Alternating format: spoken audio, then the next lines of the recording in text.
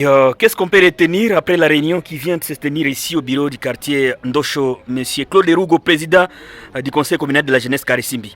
Monsieur le journaliste, tel que vous le savez avec moi, le CCJ est en train d'organiser les séances dans les différents quartiers de la commune de Karisimbi avec les jeunes, tournant autour de la question sécuritaire du moment.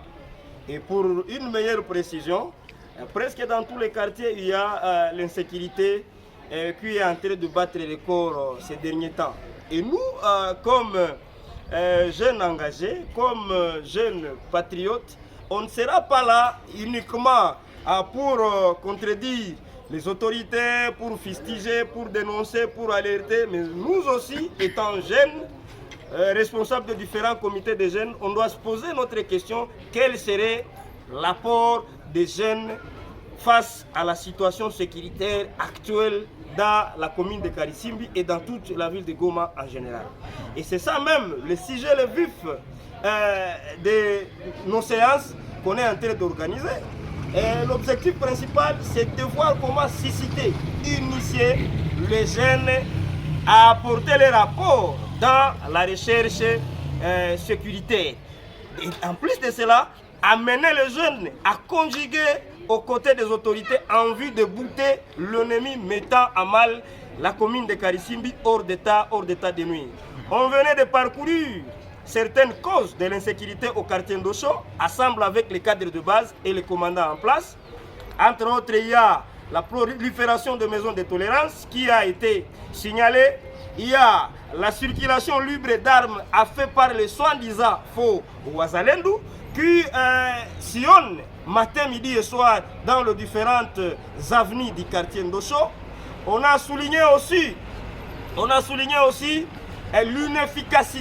l'inefficacité de certains éléments de l'ordre. Et autour de ça, on a ajouté aussi quelques recommandations.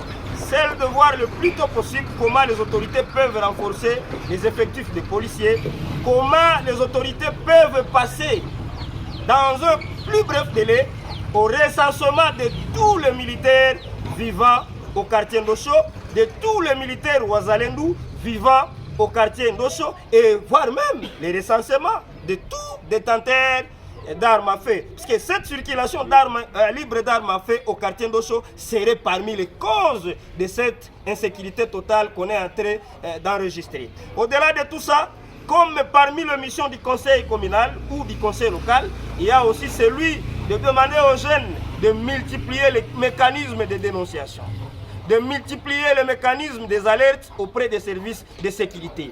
On n'a pas manqué à les sensibiliser aussi au jeu que joue les sanguinaires Kagame, parce que les sanguinaires Kagame aimeraient dissocier la population, aimeraient dissocier les jeunes de la ville de Goma aux autorités, chose qui ne pourra pas sonner bien à l'intégrité territoriale de notre pays, mais plutôt c'est l'ennemi qui pourra y profiter, raison pour laquelle on a dit, on a sensibilisé, on a amené les jeunes à être vigilants, on a amené les jeunes à être souples en dénonçant toute personne de mauvaise foi qui aimerait distraire les jeunes sous prétexte d'appuyer l'ennemi.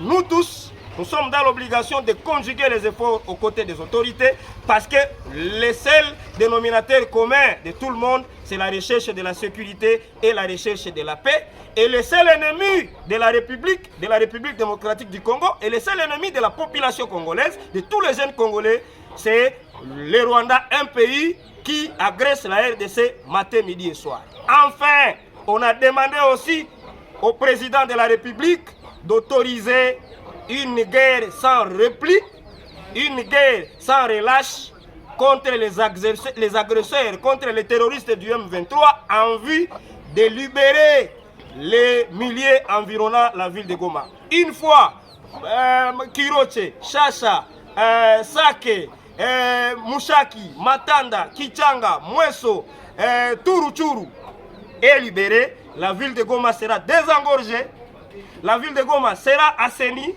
et la paix pourra revenir. Toute cette circulation de militaires à vagabondage, de certains militaires à vagabondage prendra fin. Parce que ces militaires seront obligés d'avancer là où l'ennemi sera délogé. Donc, à conclusion, la seule grande solution, c'est de battre, c'est de combattre les agresseurs, les terroristes du M23 sans relâche et sans réplique, une seule fois pour toutes. Enfin, on a exhorté les jeunes à donner la valeur, à vulgariser l'opération dans chaque avenue du quartier Ndosho.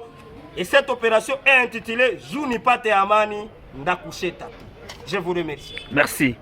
Merci. Okay.